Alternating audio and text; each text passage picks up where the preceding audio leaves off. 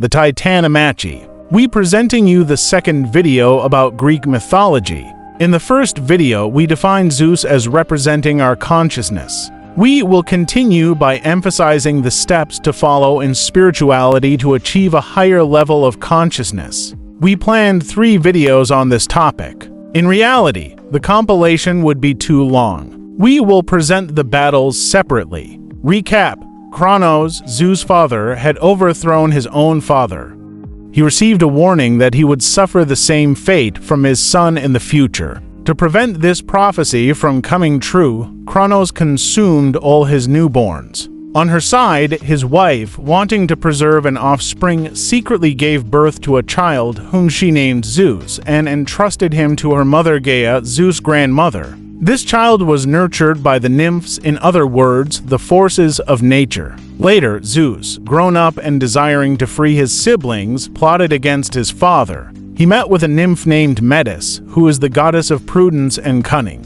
Prudence and cunning are survival adaptability practiced by all living beings on Earth and facing the challenges of their environment, either to avoid being preyed upon or to deceive their prey. Some animals use color change, like the chameleon, others feign death, like the fox. The stick insect resembles a twig. For others, it's swift flight, like the gazelle, and so on. Prudence and cunning are needed at all levels, at every stage of life. Back to Metis, goddess of prudence and cunning. She advised Zeus to administer a sweetened emetic to his father to prevent him from engaging in battle against him. The father already knows he has a son. What does administering an emetic spiritually means? It's about freeing your consciousness from the ego. The ego must reject everything it has absorbed. Note that everything we absorb becomes part of us. The babies he swallowed become one with him. Mystically speaking, vomiting is about disuniting, alienating, and unbridles oneself.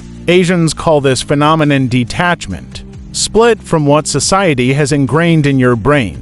Detached from what the church preaches, etc. In comparison to the sweetened emetic, spirituality always starts with philosophy, intellectuality, debates, rhetoric, grand speeches, and personal development. All of these are sweet as honey. You feel good during this period. But as you delve deeper, you realize the ambiguity of matter and begin to understand that things were not what they seemed. You realize the damage caused by society's lies. You discover how you've been alienated for their interests with the sole purpose of getting rich. You see how school brainwashes you, giving you superfluous knowledge. You discover how the church has conditioned you.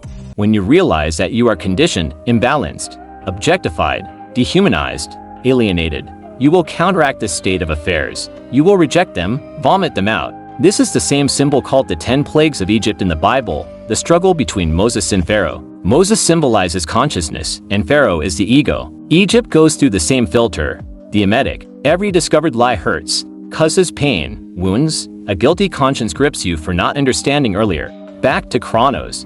He vomited up Zeus' 6 brothers, who are the 6 Olympians. Kronos' brothers will face Zeus' brothers. It will be 6 Olympians against the 12 Titans. It is the 1 against 2, the unique against duality, 2 against 1. This battle is called the Titanomachy because it involves the 12 Titans, Kronos being the chief, the time. This battle lasts a long time because in spirituality, it takes time to master the mind. It can take 10 years, 20 years, sometimes a whole life, and even several lives to achieve liberation. Unfortunately, some Muslims take this battle as a physical event. They kill each other. We specifically say some.